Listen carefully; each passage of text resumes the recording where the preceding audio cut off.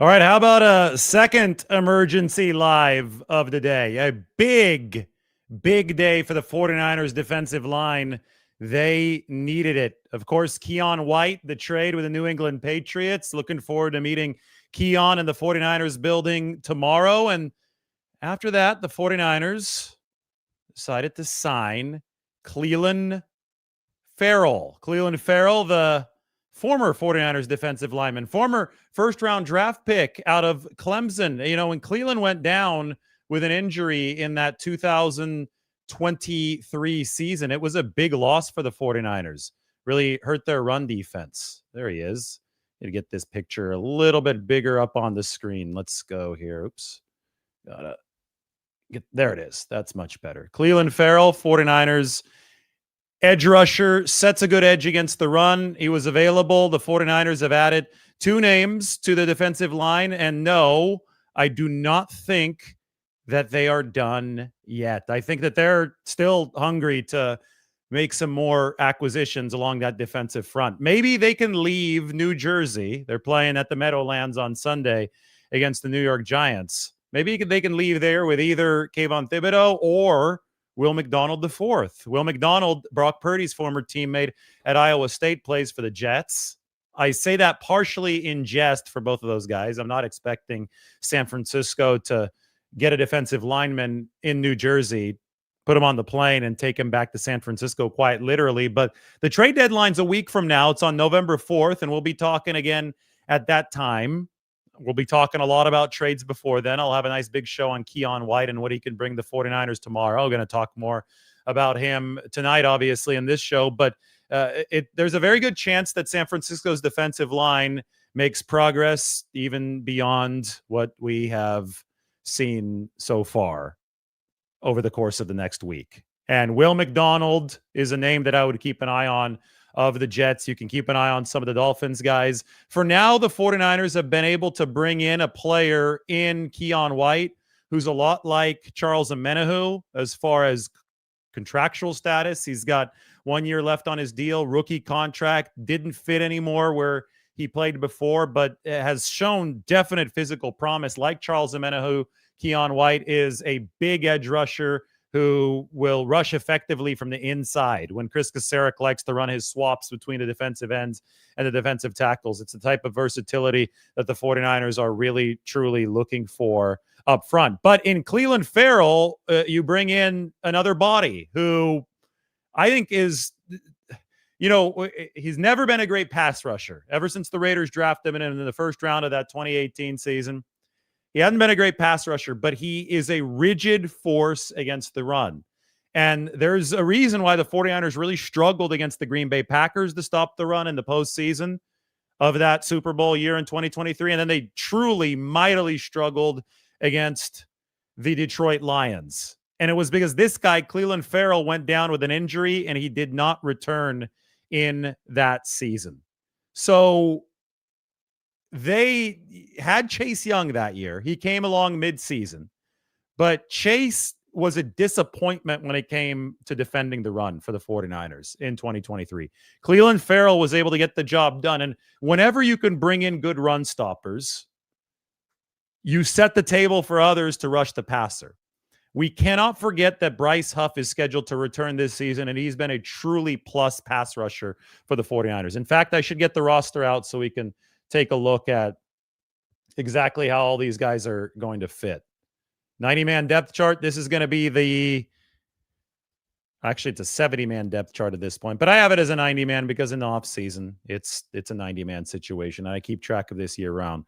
This is going to be the first look at where Keion White and Clelin Ferrell are going to fit in for this San Francisco team. So first, Keion, I put his name in over here, but he's going to play on Sunday. Assuming that the trade goes through officially, he passes his physical, we should be able to meet him at the team facility tomorrow. I mean, the trade was agreed to today between the 49ers and the Patriots. There are a lot of nonstop flights between Boston and San Francisco. Multiple airlines operate those flights. I would expect Keion White to be in San Francisco ahead of practice tomorrow, especially since he gains 3 hours coming back to the West Coast. For now, I have him slotted way down here. I don't know if he's going to start for the 49ers in his very first game for them, but they do have a serious injury deficiency right now.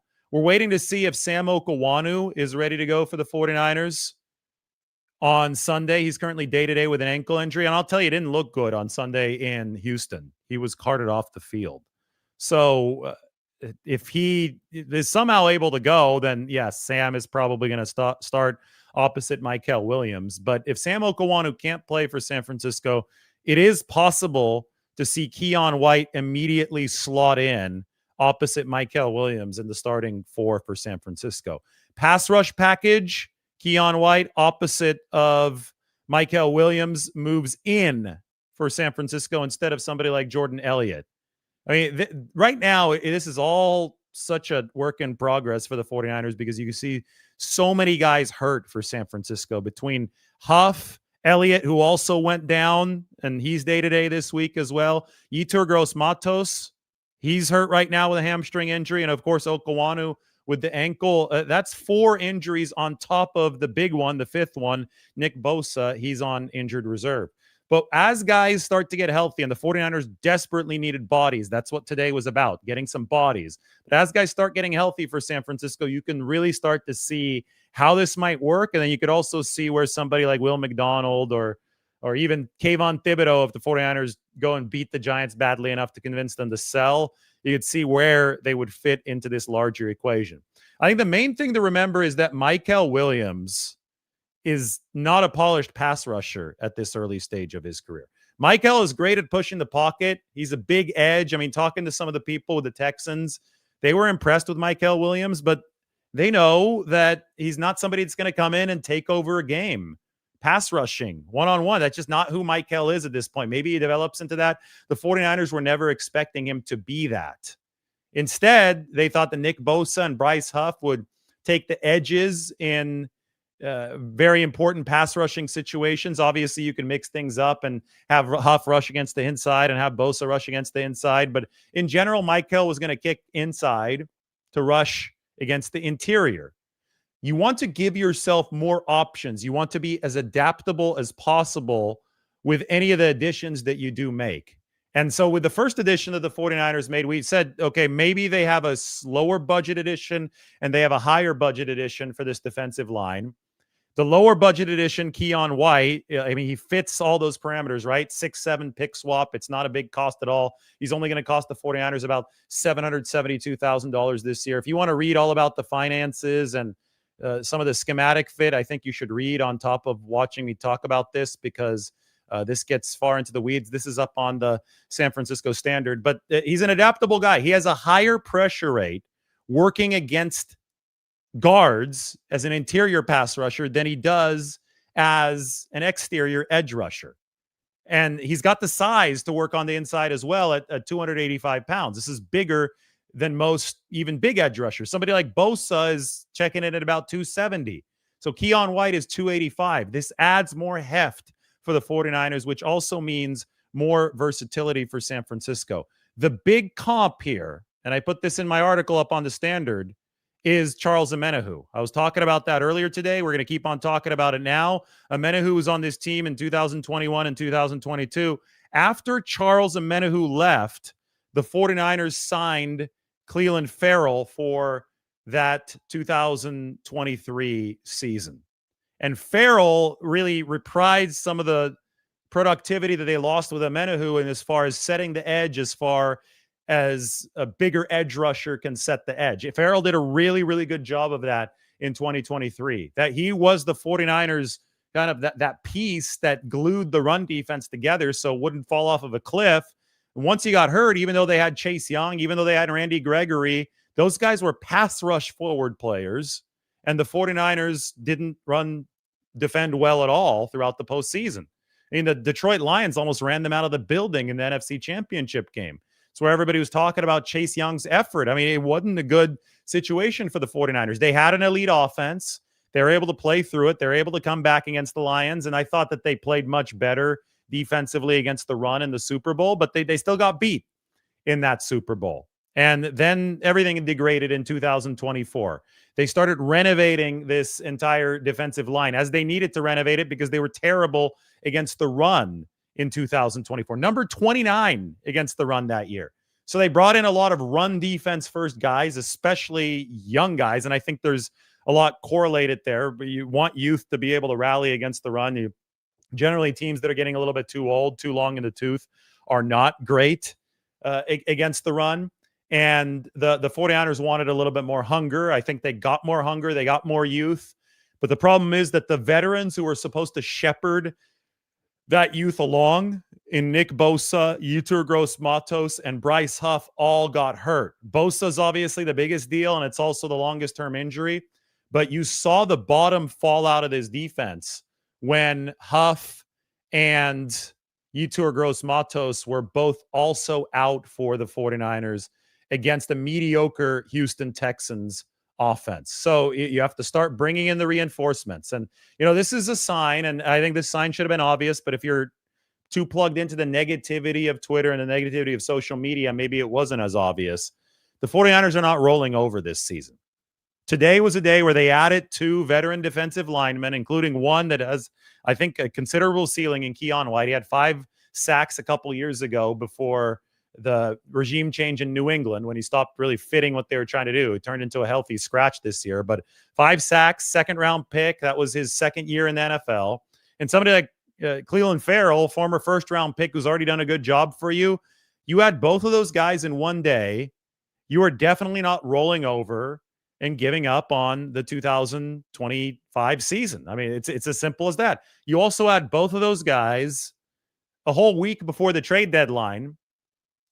It has been patently obvious that they've needed quite a bit along the defensive line because of all the injuries. You can't have the bottom fall out of this unit. And you still have 7 days to go to make other moves, which is why I can continue talking about Will McDonald, which is why I can continue talking about Kayvon Thibodeau. The latter probably more of a pipe dream since the Giants don't want to trade for him. But again, the 49ers have a very, very unique opportunity to head into New York and beat the Giants so badly that the Giants reconsider their position. San Francisco can control its own trade deadline fate in a way. And there's a chance that Brock Purdy is returning for this game on Sunday in New York. So the stars really aligning for the next few days to be a lot of fun. Who's going to be out in New York? Who's going to be out at Finnerty's? I think I'm going to swing by Finnerty's, the San Francisco bar, which just reopened. It's right across the street from the Empire State Building. I'm be sure to make a swing through there. That, Finnerty's, we'll consider that a New York institution. I was in a San Francisco institution just right now. In between videos, I made sure that I made it to the House of Prime Rib. This place has been there since 1949. And can you believe this is my first time at the House of Prime Rib? I got the King Arthur cut. That's the King Henry cut. Sorry, the King Henry cut at the House of Prime Rib. And it was awesome. And of course, there's a 49ers helmet. I couldn't tell who had signed it, but there's a 49ers helmet sitting right in the front door. So we go from San Francisco rooftop for our initial Keion White story to the House of Prime Rib, where they're doing a lot of good carving across the whole floor of the restaurant, to seeing the 49ers helmet and talking a little bit more about this big day of 49ers D-line acquisitions. Now, Trevis Gipson is now with the Carolina Panthers. And the reason that he's with the Panthers is because his practice squad elevation total ran out. You could only elevate a guy from the practice squad 3 times. They actually had Gipson play for them 4 times because they temporarily promoted him to the 53-man roster for the game against Atlanta, the game prior to this one. But they just didn't have the roster move to make this work. Gipson wasn't terribly productive for the 49ers. He only had 3 pressures in those 4 games, and I think a lot of people will remember the Baker Mayfield great escape that came against Bryce Huff and Trevis Gipson when they weren't able to bring him to the ground. So tough breakup on that one, especially for the 49ers. Gipson was a guy who in 2021 had 8.5 sacks, obviously past the prime of his career. did his best to bridge the gap for the 49ers, but with all the injuries now, they just needed a little bit more firepower. So they went ahead and they traded for Keion White, who should be able to give them that. Keion's going to give them inside rushing adaptability as well. We're going to take a look at his athletic score in a little bit. And Clelin Ferrell is a known commodity, went to Washington after he was with the 49ers, and is somebody that can, I've been saying it the whole time. It is very, very important for the 49ers to keep the bottom from falling out of this defense. And I think that's exactly what a signing like Ferrell's does. Ferrell's going to be to the practice squad.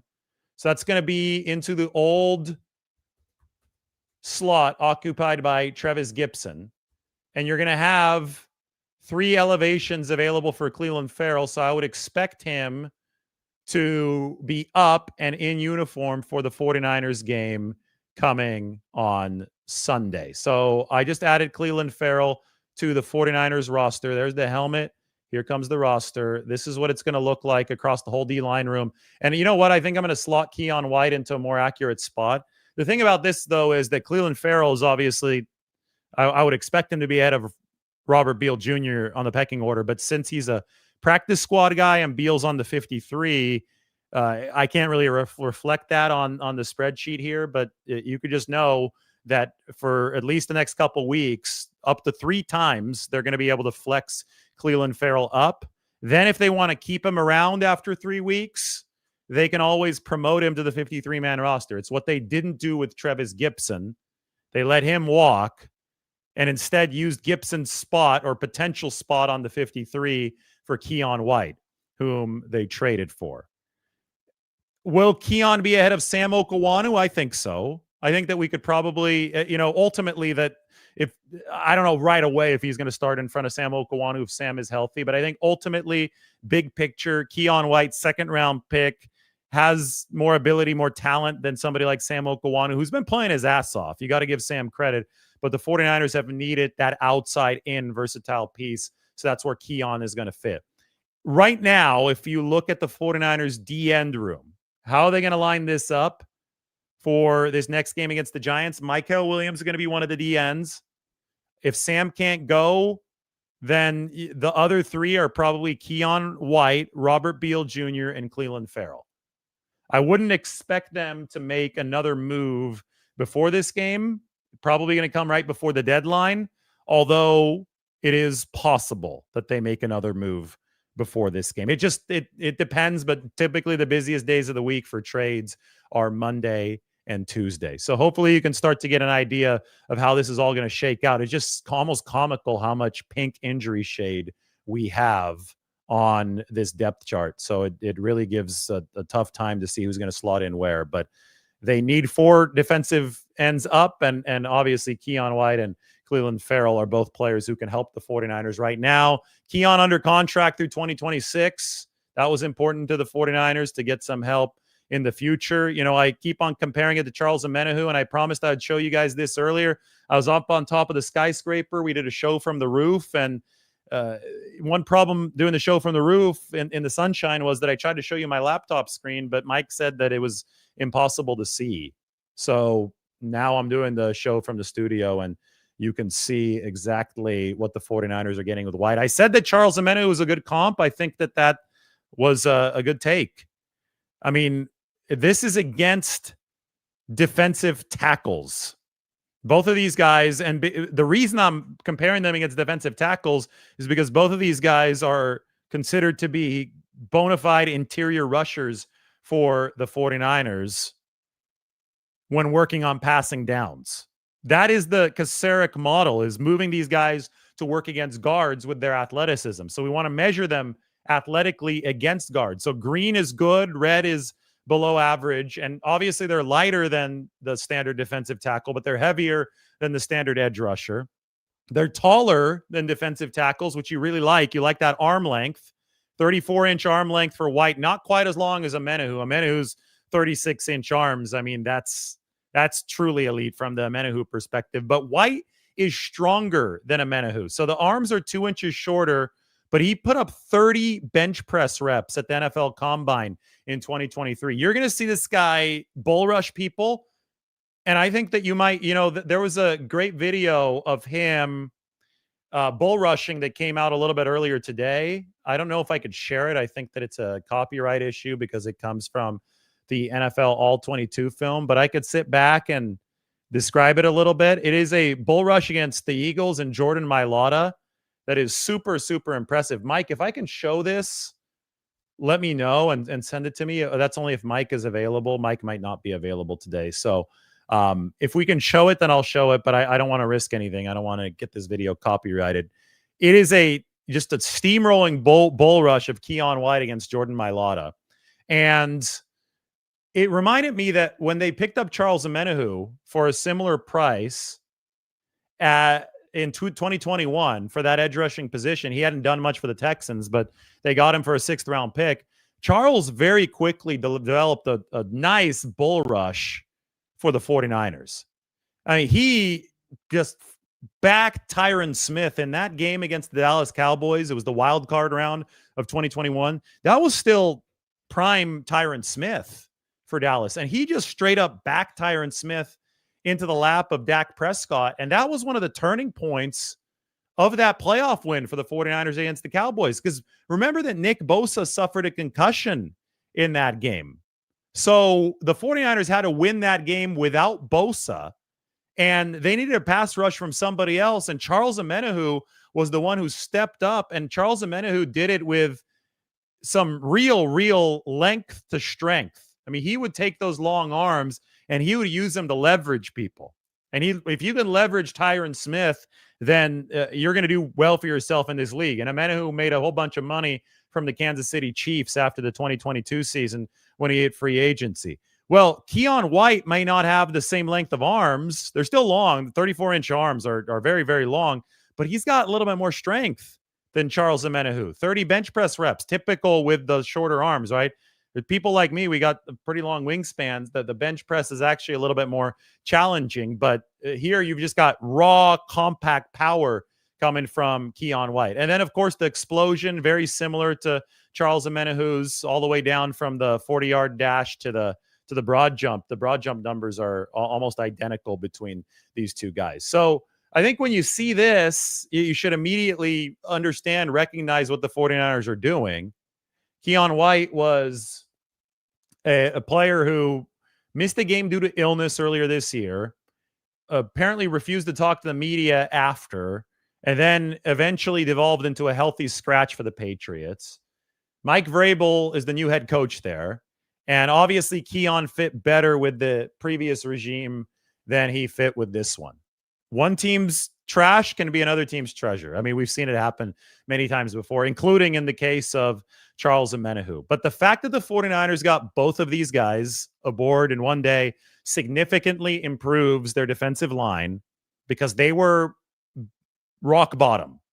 I mean, and I wrote a lot about this up in the San Francisco Standard, and this is the article you should definitely go check out, why the 49ers traded for Keion White. And I talk about rock bottom, and I talk about the fact that they, hit CJ Stroud twice all game. And the first time didn't come until 28 plus minutes into the game. And a mediocre Houston Texans offense looked alarmingly good. And it was because they couldn't get a pass rush. The 49ers are in such an interesting position this year. Why? Well, let's take a look at the team efficiency charts. And let's chart the path forward for San Francisco. Because I'm not sure that we have really ever seen anything quite like what the 49ers have been delivering so far this season. And by that, I mean, take a look at where they are right here. They're right in the middle, and the defense is even a little bit below average. Here's their logo. So better offense, you're further to the right. Better defense, you're further up, right? The 2023 49ers, for example, when Clelin Ferrell was last with this football team, the 2023 49ers were up here. Like I'm moving the cursor up in the corner, like way up here in the corner. That was an elite team Like, there is no team in that part of this graph this year. That just shows you that things are a little bit more open in the NFL. What's been happening for the 49ers is that their offense has been treading water. They've been keeping it in the middle. Mac Jones is a middle of the pack QB. I mean, he's ranked right at number 16 or so in the composite rankings. The offense is missing some guys, but it's been about average for the 49ers. The defense started off above average, but then they started losing all their players, and the defense has been sinking. And if the 49ers allow the defense to free fall, they will turn into the New York Giants. The New York Giants are who they're playing Sunday. The Giants just gave up 2 100-yard rushers. That is very embarrassing in the NFL. So the 49ers can't have that. Like, they can't allow this defense to continue free falling. They have to find a way to stop the bleeding and keep their logo above this horizontal dotted line. Like, move it back up here, and then you set the table for Brock Purdy and company, Ricky Pearsall, maybe even Brandon Ayuk to return, and that can move your logo to the right. I think ultimately, if you've got your offensive guys back, Ben Barch replaces Connor Colby. That's been the big weakness on the offensive line. If you got your guys back, you could think of an offense that's in this tier, that's over there, not too far from the Bills and the Packers and the Chiefs. Like, Brock Purdy has been that good over the years, and the 49ers, Kyle Shanahan has been that good, and they've got some weapons. Then it's a question of just how much of this defensive efficiency can you salvage? Because if you can salvage like quite a bit of it, if you could get it up near the Chargers level, then even an offense that's, not quite over here in the top 4, top 5, but that offense can contend. I think they're going to need a top 5 offense to be a true Super Bowl contender. But remember that the goal right now for the 49ers is just to make it through every week. They've got so many injuries that it's just like survive and advance. And I think at the end of the day, when we look at this in the big picture, if the 49ers can make the playoffs, it will be a huge win for the young players on their roster to get a playoff game under their belts in 2025. That's like baseline goal for the 49ers. You could shoot higher than that, but that's like the bottom limit of what San Francisco could be shooting for this year. Okay, so let's extend the thought process here. The 49ers are currently right in the middle of this graph, right? Average offense, about average defense based on the full body of work. Typically, if you're right in the middle, you are going to be a team with an equal amount of wins and losses. You're going to be a 500 team. The 49ers are not a 500 team. They're 5-3. They're a full game better than a graph like this might predict, which I think is significant in and of itself. It shows and really showcases the resilience that they've shown. It also illustrates they've had a very good special teams unit, because that's not really put onto this graph. It is one of those things where, like, look at the Texans, for example, on here. They just beat the 49ers, right? They're a tier ahead of the 49ers. They have a worse offense, but a better defense. The Texans are 3-4. They have a worse record than San Francisco. Look at the Chicago Bears. The Bears are right in the middle of this. And, you go to the standings and you see Chicago at the second to last position of the division at 4-3. They're a win shy of San Francisco. Jacksonville's a team that beat the 49ers earlier this year, and Jacksonville is 4-3 at this point. And you can see their logo right next to San Francisco's on this efficiency chart. The Arizona Cardinals in the 49ers own division, you can see them behind the Bears and the 49ers with a very comparable efficiency profile as San Francisco. They're 2-5. So Arizona, arguably in a better spot than the 49ers, you can see the Cardinal beak right there, is 2-5, and the 49ers are 5-3. There's something to be said about that, about the wins that the 49ers have been able to stash in the bank, despite the fact that they've got a losing point differential this year. They're -4 in point differential. Whether you say that they've stolen the wins, or that they got lucky, or that they're gritty, or that it's some combination thereof, and I think it's some combination thereof, they have those wins to their name, and they have a relatively soft schedule moving forward. The 49ers are going to be favored in I would say 6 of the 9 remaining games this year. All I see is Seattle, the Rams, and the Colts being favored over the 49ers. So combine those two things, the schedule and the wins that you've already notched, which say something about your football team. 11 wins is completely realistic for the 49ers. And you've got to start cooking if that's the case. This is professional sports. In a league of parity, that's an opportunity. So that's why you're active on this trade market. They have been for a while. And of course, you're looking ahead to 2025 or 2026 and 2027. That's why you're looking for players like Keion White who are under contract, who fill really the same boxes as a lot of the rookie acquisitions that you made this offseason, except Keion's already registered a season with 5 sacks. He's already seen experience on the outside and then lined up on the inside.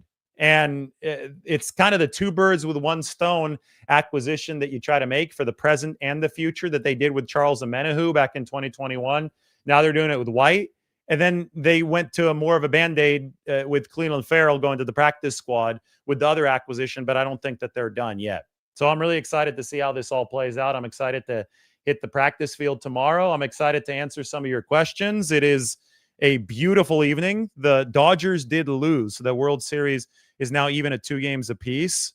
I will be going to watch the Warriors game as soon as I am done here. And I am just very, very excited to answer whatever you may have to ask. So let's go for it. I am wading into that comment section.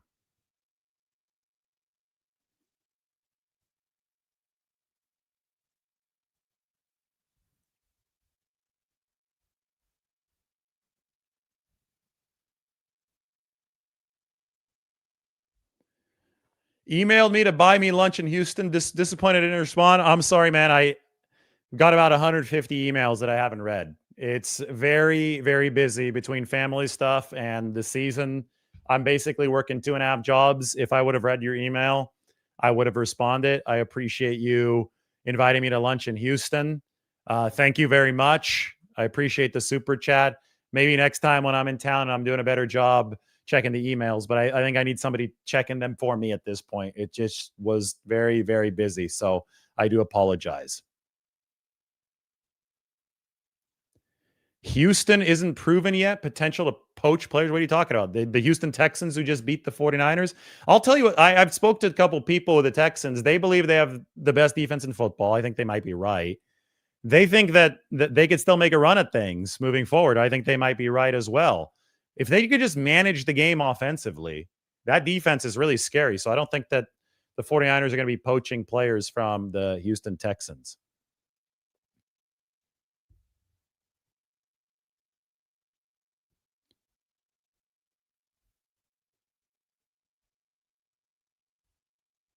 Dave asked, did the 49ers get anyone else other than White? Yep, they got Clelin Ferrell. Clelin Ferrell adding some depth to the 49ers defensive line. Big addition for San Francisco. Every addition at this point is a big one for the 49ers. They are in a spot right now as a team where they just need bodies.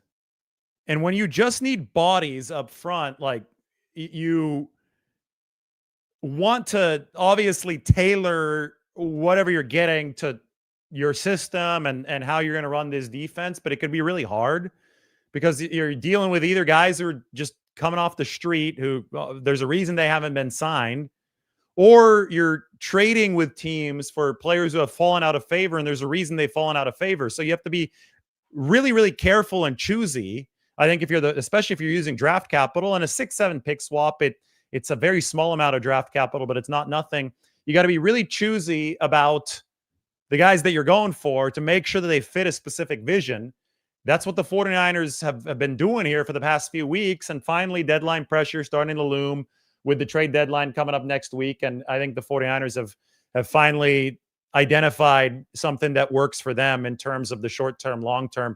We'd gotten so many hints from Kyle Shanahan and John Lynch that they wanted to make one of these Omenihu-like moves. And that's why we're talking a lot about it, right? We're talking a lot about the multi-year contract kind of move. You inherit a rookie deal of somebody who's still going to be under contract for 2026. The bigger question, and this is one that Kyle Shanahan and John Lynch are not going to talk about openly, nor should they, because this is strategy in the NFL. Do they want to take a mid-tier swing? They took a low-tier swing as far as the draft compensation, 6-7 pick swap over to for this trade that they just made with the New England Patriots. But do they want to do something where they're sending a third or a fourth round pick somewhere? That would be more of a Will McDonald type of move. You know, somebody like Jermaine Johnson, but the Jets have told him that they're not trading him. So we've talked about him. Kayvon Thibodeau, on the other hand, that would be an upper tier move. That might require a 2. Would the 49ers be willing to do that? I would urge them to consider it. If I was running the 49ers, I would be aggressive with some of these trades because of their history at the pass rusher position. San Francisco, under Kyle Shanahan and John Lynch, has only drafted 1 plus edge rusher, and that was Nick Bosa in 2019. I've got the full list of edge rushers here. This is a great graphic to put up onto the screen as we're having this discussion. Got to grab this, toss it up here, and here we go. So the 49ers, over the years, Bosa was a draft pick, but I have collected every single edge rusher who has scored plus in pass rush productivity for the 49ers over the years. And out of those guys, only Nick Bosa is a draft pick. So they haven't been good at drafting edge rushers. They haven't taken all that many swings, actually, that high up in the draft. Drake Jackson was one of them, and that obviously didn't work out. So instead, this is such an important need in this sport. The 49ers have decided to go after these guys through other avenues, through the veteran acquisition avenue. D Ford, trade in that 2019 season, was productive when he was healthy. Kerry Hyder, free agent signing ahead of 2020, 8.5 sacks for the 49ers, essentially off the scrap heap, a former Chris Kasarik guy. Arden Key, 2021 free agent signing. They made it work for the former first-round pick out of LSU. You know, another guy that's an outside-in player, right? Arden Key was the original inside pass rusher in this 49ers system under Chris Kasarik. He started, D Ford and Nick Bosa messed around with it, but they had a really designated, they call him a joker, the joker rusher, moving from the outside to the inside. That was Key in 2021, and then Charles Omenihu in 2021. They had 2 of those guys. Keep that in mind as I show you this team's roster right after this. Chase Young in 2023, Bryce Huff in 2025. Like, those are all plus edge rushers. All of those guys acquired through an avenue not named the NFL draft. And therefore, I urge the 49ers to trade, because I think that's that. Whatever their setup is draft-wise, whatever their philosophy is, whatever they look for, they have seen better success through trades and better success through free agent signings to complement Nick Bosa. Now they're going to be trying to complement Bryce Huff. They've seen better success outside of the draft. So if I'm the 49ers, I would not be afraid of losing draft capital to go after players who might fit. And if the New York Giants are saying, we don't want to trade Kayvon Thibodeau, well, every man has his price. At a certain price, I'm sure the New York Giants might be okay trading Kayvon Thibodeau. At a certain record, that might impact the price at which they're okay with trading him. So maybe the 49ers can push him down to 2-7. That's something that they entertain. You go to the New York Jets, they've said they're not trading Jermaine Johnson, but they haven't said that Will McDonald IV is off limits. That could be another spot that San Francisco turns. So it's a setup where you need at least, I think, 3 bodies with plus pass rush productivity scores to have a puncher's chance in some of these playoff games. If you want to look to see where the 49ers are at right now in terms of projection for the playoffs and above average players along that defensive line, you could be my guest here. I'm going to color code the defensive linemen, the ones that are plus pass rushers. We're going to make them a certain color here. because Bryce Huff is currently hurt. So let's make them yellow, okay? Bryce Huff is a plus pass rusher. There's one for the 49ers. Elliott is not. Givens is not. Michael Williams is not. Sam Okawanu's not. Alfred Collins is not. Like, all these guys bring something to the table, but it's mainly run defense, right? Kalia Davis is not, but Yetur Gross-Matos is a plus pass rusher. Good. All right, that's 2. Keion White, the book is open on Keion White. He had 5 sacks 2 seasons ago, like last year, 2024. Keion White is somebody who has a pressure rate above 15% on the inside. If he follows the Charles Omenihu path, we can give him a yellow designation. So all of a sudden, you've got 3 guys there that can give you some juice. Now, I said at least 3, and Keion White's a question mark. So right now, and Yetur Gross-Matos, we don't even know what his health status is going to be this year. So we can't pretend that the 49ers are all set after now. I think this just screams one more move for San Francisco. It's somebody established too, somebody who's already done it at a higher statistical level. That's why I go back to Kayvon Thibodeau. That's why I go back to somebody, I said Jermaine Johnson earlier, but we could say Will McDonald instead. I think that it's all a puzzle, and those are pieces or potential additions that are fairly obvious for the 40. So that's where I'm at with trade strategy for San Francisco. I hope it makes a lot of sense. I know that the Warriors have started now. Probably a lot of people wanting to watch the Warriors play at the moment. They're playing the Clippers tonight, right? So we're going to turn on the Warriors game in just a bit. But big day for the 49ers D-line. I'm going to answer some more questions, and then we can go watch some basketball.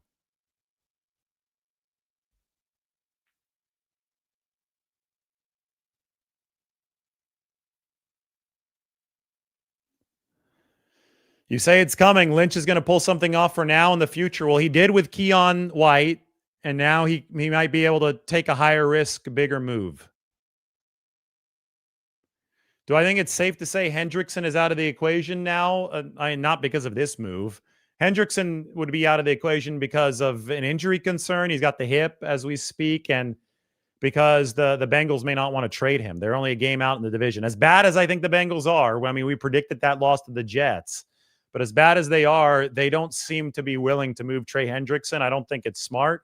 I still think there's a bigger move to be made if you're the 49ers. I'm just not sure who's going to be available and who's not. Kayvon Thibodeau may not be available as well. It might end up being somebody like Will McDonald for the 49ers if they are able to make such a move. Armando wants to know about cap space. Well, Keion White's only going to cost the 49ers $772,000 this season. The contract is prorated, so you've already seen his original team, the New England Patriots, pay most of the contract.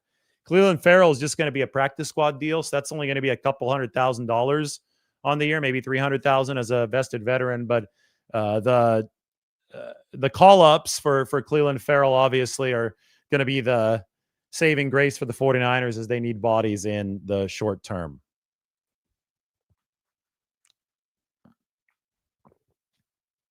Carl Granderson might be a good fit. Not a bad thought from the New Orleans Saints. People saying they don't want Hendrickson because of the injury concerns, which I totally understand. A bag of chips for Keion White. It was a good deal from the 49ers from a business standpoint, that's for sure.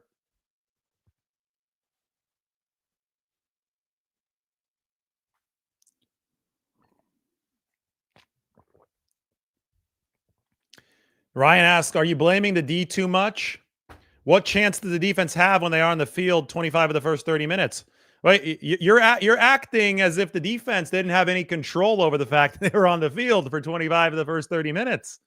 The last I checked, the defense was the one giving up all those first downs, committing the penalties, not generating a pass rush to allow the Texans to move the chains.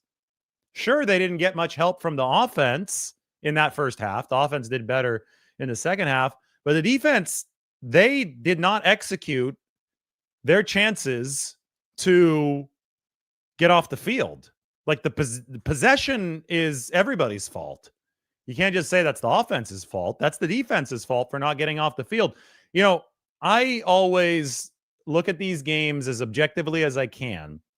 And then what I do is I look at the expected points after the game. Pro Football Reference puts out the expected points. I'm going to try to find it here to share it onto the screen with you guys because I put this up to begin the day on Monday. And I see if the expected points, which is a very objective way to take a look at how each phase of the game did. I see if those match what I kind of gathered watching the game. And I thought that I had found it, but I think that no, I found it. Here we go. Just got to get this up on the screen for you. So these are the expected points divisions for the 49ers against the Texans. The offense was minus 3.4. That's not good. It's a losing battle, but they lost about a field goal, minus 3.4.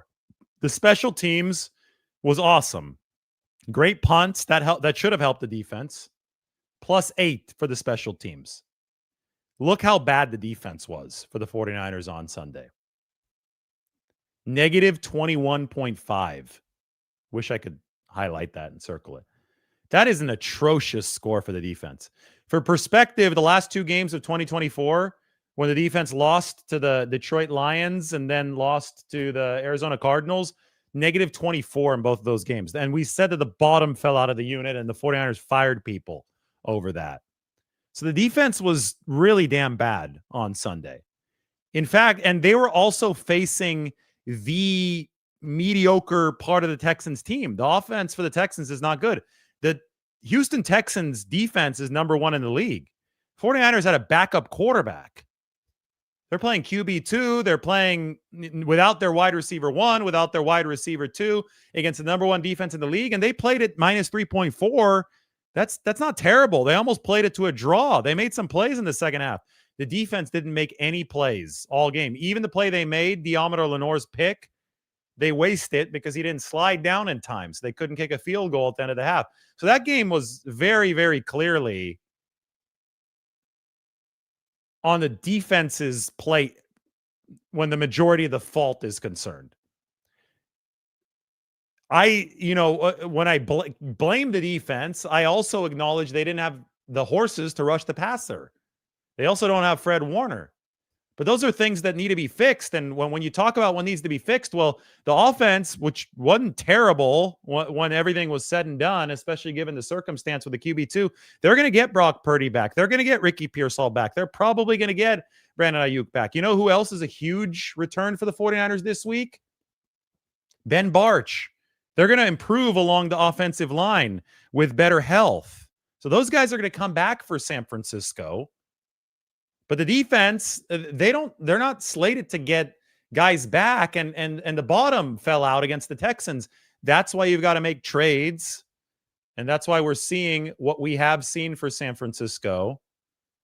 Why they traded for Keion White. This is the article up on the San Francisco Standard that you got the nice picture and you've got the headline. And then, of course, we talk about Clelin Ferrell. If I could find the picture of Clelin Ferrell. Well, we've got all this stuff. There he is. The signing to the 49ers practice squad. Good edge-setting defender for the 49ers. So hopefully it all makes sense. Big day of 49ers defensive line additions. And a nice day to hit the House of Prime Rib. Hey, it's a 49ers institution, as you'll tell by the 49ers helmet at the very end.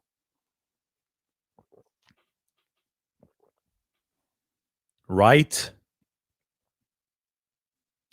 here.